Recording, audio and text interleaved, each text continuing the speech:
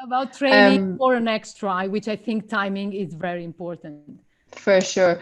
I mean, I'm very lucky now. My time is a lot less limited. I'm very time rich nowadays. I definitely am not a military engineer anymore. That's my background for sure. But I live in Mallorca and coach and train, and work sort of in my own time. But I've got a lot of experience coaching people who've got extremely busy jobs, and I've also been a full-time professional athlete while having a full-time office job. So I understand the demands. And actually, one of my coaching philosophies,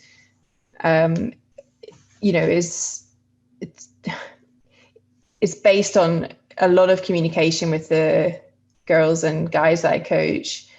And it's just adaptability. It's, life happens. People have busy lives. They get in the way all the time of their training. And I certainly don't think training should take priority over the myriad of other things that people have in their lives. It's a case of just balancing things every day. Yeah, we have, I know you are the winner of Canadaman in 2019. And seems like a long time ago now. Yeah, it seems like one. Yeah. And how did you train for that race? I mean, my own training is probably very different from what the majority of people can do. But one of the things I think is key when it comes to XTRI is not to get hung up. I've had quite a few questions in advance of this webinar, and people, I think, get very hung up on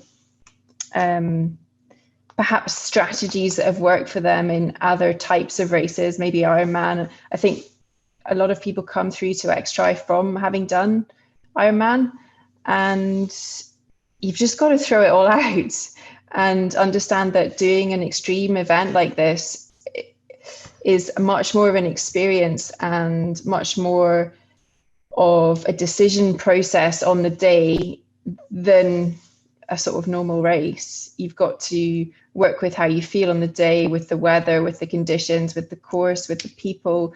Like Flora talked about, there's so many moving parts. You've got to put a huge amount of energy into planning that execution prior to the race. And then you can be as fit as you like, but ultimately if you don't have the right kit, you get too cold, you get too dehydrated, then all those things go out the window. So I think the training has to be structured around your race.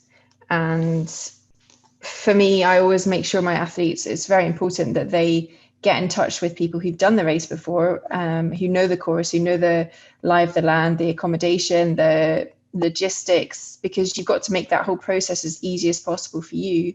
But you've also got to make sure that your training reflects the terrain that you're going to be in, the conditions you're going to encounter or that you could encounter, from the water, the temperatures first thing in the morning, all the way through to, it could be blazing sunlight by the time you get onto the run. So once you understand all of that, then you can structure your training to reflect it. But for me, I've got a mountain right outside my door, and for Canadaman, I ran up and down it a lot. So we have some questions for you as well. We have Malin Hamnered. She's asking you, this is a technical question, what types of wheels can be used in an XTRI race with 2,300 meters of positive gain? In this case, she's talking about the Sweetman, because she would like to do that probably this year. Yeah, I mean, we got this question in advance. So it was really a question about deep section wheels and choice of wheels, I think. Yeah. Something like with tubeless, tubular, yeah. And I mean, one thing I would say, she was asking about the difference between rims on the front of your bike and on the rear. And what I would say is that for the majority of people, you don't need to worry too much about the rear. If you're comfortable riding a deep section rim on the back of your bike, then it's not going to really affect the handling that much. But it's the front where you should worry. And I have ridden a myriad of different wheels in the years that I've been in the sport. I now ride with a company called Parcours, and even the development they've done with their front wheel over the years, I have noticed a huge difference in the crosswind stability. So wheel technology has come an awfully long way, and deeper section front rims now are more stable than they used to be. And it's just going to be a question of getting out and testing it, because if you're going to a race where there is sections of the course which are exposed, and again, you can find that out from people who've done the course before. Some of these races, have very long sections where there's going to be high crosswinds. Then you need to make sure that you are comfortable riding that bike in those sorts of conditions, and that's fairly, most places in the world, that's fairly easy to replicate. You can just go out on a very windy day with your race setup and see how you feel. But there are certain, she also asked about disc wheels. There are certainly not that many XTRI races that I would recommend smaller athletes who aren't riding very quickly to have a disc wheel. One thing, in general, women are lighter than men. That's obviously not always the case, but if you're a smaller lady and you've got less weight on the bike, you're going to be a lot more susceptible to those forces in crosswinds. So it's just worth considering that as well.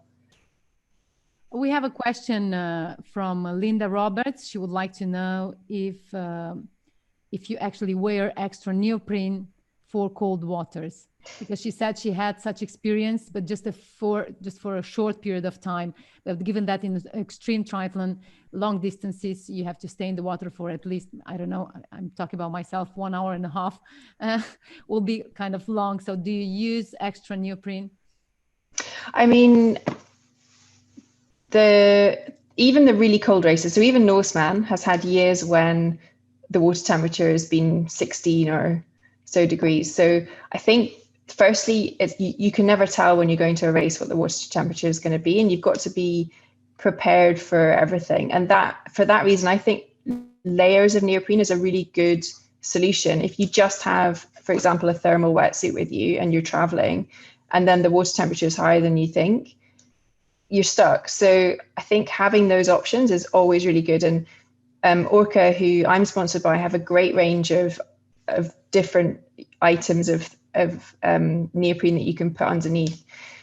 One thing I would say is with the gloves, if you haven't practiced with them, you should make sure that you train with them, because actually swimming with neoprene gloves is a bit like swimming with paddles. Your hands feel a lot heavier, the surface area is increased, and it takes a lot more strength. If you're in the water for 1.5 hours, for example, swimming with gloves, if you've not trained in the water with gloves for 1.5 hours before, it's going to completely knock your shoulders out. So you should consider the equipment you might need, worst case. So say the water temperature has been known to go as low as 10 or 12, the likelihood is the race swim would be shortened in those temperatures, but you should go out in those sorts of temperatures with all the kit that you would expect to need, and swim for 1 hour and see how you feel, or swim for 1.5 hours, because you can't shortcut that. You've got to train in those with that kit.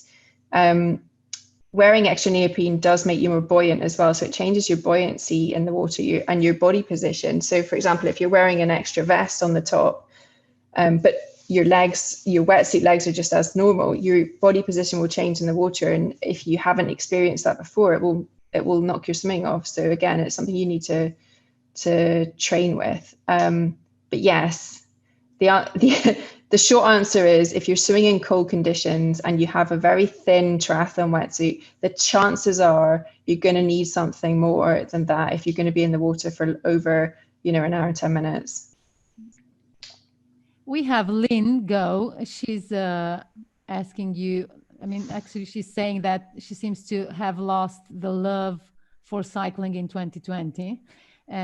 How do I get it back? Does she say why? Does she just say? No, but I think it's the old situation that we are living in, maybe a whole lockdown that you couldn't manage to go outside and have a good cycling ride. And, probably for that reason, I think. I mean, honestly, move to Mallorca where Caroline is, it will be much easier. Yeah, much easier. But, I often say to my athletes that if you lack motivation to do one of the sports or anything, there's usually an underlying reason. And one thing I'm really major on with my athletes is why. Because if you don't know why you're doing the sport or why you're training, then your motivation will always drop eventually.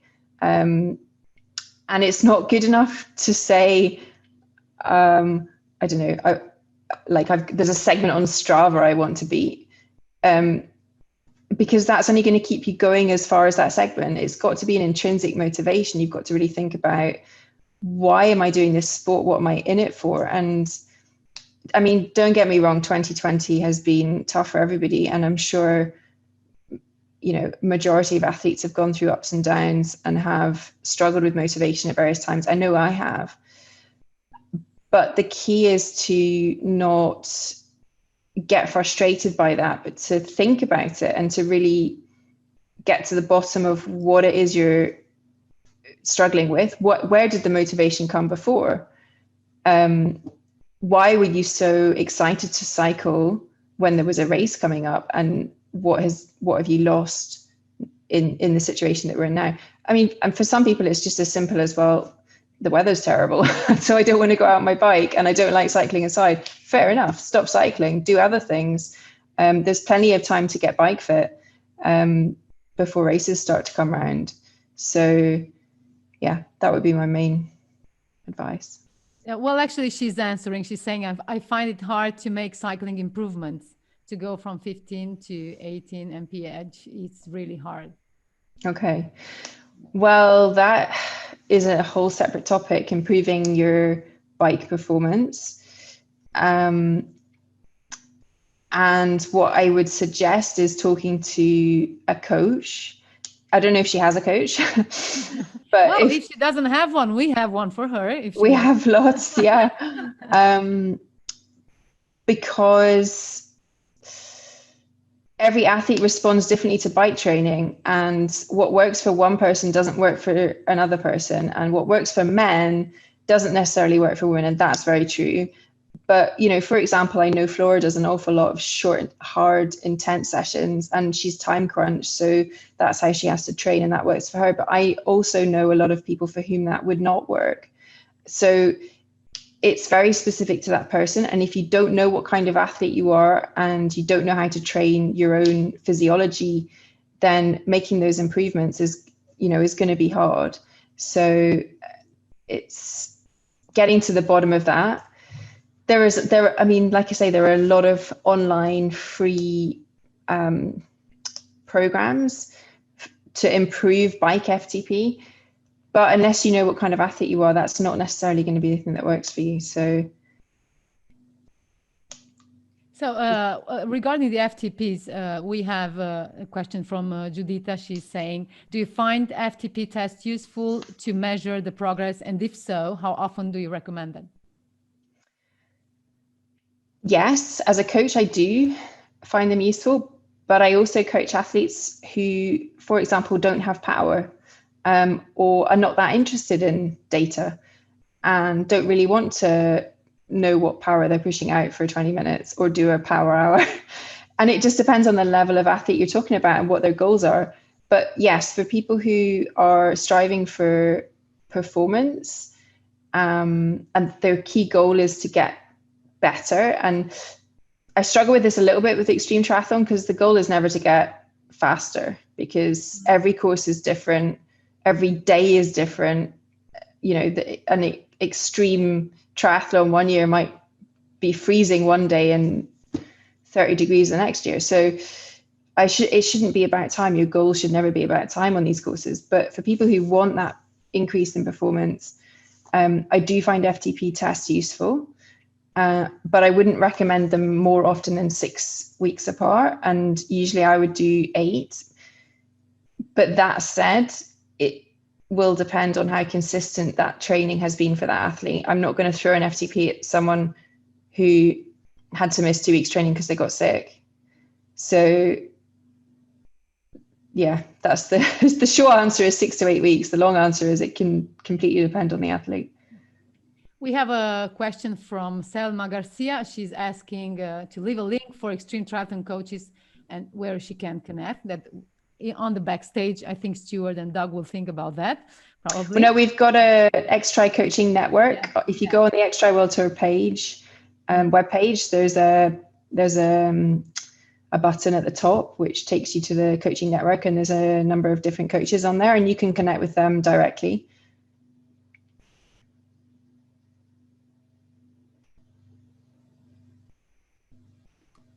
I've lost the connection, I think. Oh, here I am. Back. You're back. I'm back now. And now we are talking about the running a little bit, pacing in an extreme triathlon race. What about the pace that you have, that many people, I mean, I can talk about my case, but maybe it's not, I mean, it's not good for everybody else, but I think pacing in a triathlon race, given that we have 42K, like a marathon, after all that swim, after all that riding on the bike with high level, I think in almost all extreme triathlons, we have many ascents. What advice can you give to all the athletes about the pacing in a race? Running course. On the run course? Yeah. Just in general? Yeah, on the running course.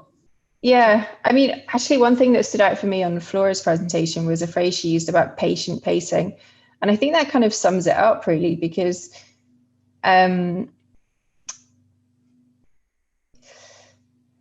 your heart rate will, if you were on a flat course, then your cardiovascular fitness and your heart rate will dictate the pace that you can go out for a certain period of time, right? So if you're used to doing flat, normal, half Ironman distance races, then that's probably something you've thought about, focused on, talked about. This 9 and 1, someone, I think the same person had asked me about doing 9 minutes running, 1 minute walking. Those kind of things just don't work on extreme triathlon, because your pace during the day will be dictated by the course. And I'll just give you an example from FODAXMAN, which is the XTRI in Brazil, which my husband Mark did last year. Do you know what? Last year, it was the year before, but 2020 is a blank. It was a bad year last year. Yeah, it's a blank. And we talked about his pacing and his strategy purely from a perspective of the course, for nutrition and for effort. So, for example, on a lot of the bike courses on extreme triathlons, this one included, there's a big climb, and in FODAXMAN, the climb took, I think, over an hour from the bottom to the top. And you know that for that period of time, your heart rate's going to be high. It was hot. You can't take on a huge amount of nutrition. There aren't many places that the crew can get to you. And your heart rate's too high for your nutrition to go in. But then you've got a long descent the other side, where it's a perfect time to take on fluids and food. And your heart rate's going to drop naturally anyway, because you're going to be descending. You can't keep that same high heart rate. So your heart rate on and your effort level and your pacing on these races is going to depend on the terrain. And it's just going to be a case of really studying the course in advance and deciding, okay, this climb is somewhere that I'm going to have to go to my strategy of run walk, because I know I can't run the whole thing. There are even sections, often like Fodex Man, the last 20k is up a mountain, and some of it you just can't run. There's nobody could run it, you know, even though it's on a road. And I know a lot of the courses, Canadaman's the same, you know, the last 10k you can't run it. So you're not going to approach that part of the course and say, well, I'm going to do 9-1, because you're going to be doing 10 walking. You're going to be doing 2 hours of walking maybe. So throw out any preconceived pacing strategy in terms of speed, distance, and time, and listen to your body and be patient. Don't overdo it on the sections when you, have easy conditions. Make sure you've got enough energy for that final climb, but also allow yourself the sections of descent and flat to fuel up, to take on, to rest a bit. And just to go back to Fodex Man, one of the sections that in that race, you have a long descent into T2. And so Mark took, my husband took a protein shake with loads of calories on that descent, because he knew that he wasn't going to be pushing his body for the next 20 minutes. And that would have time to digest before the run. So I think it's just all of those details, and that's what also Flora was talking about, is the planning prior to the race. Plan as much as you can around the actual course in terms of your pacing and nutrition. Regarding the Canadaman, we have a question from Debs Larnach. She's hoping to be in Canadaman in 2022.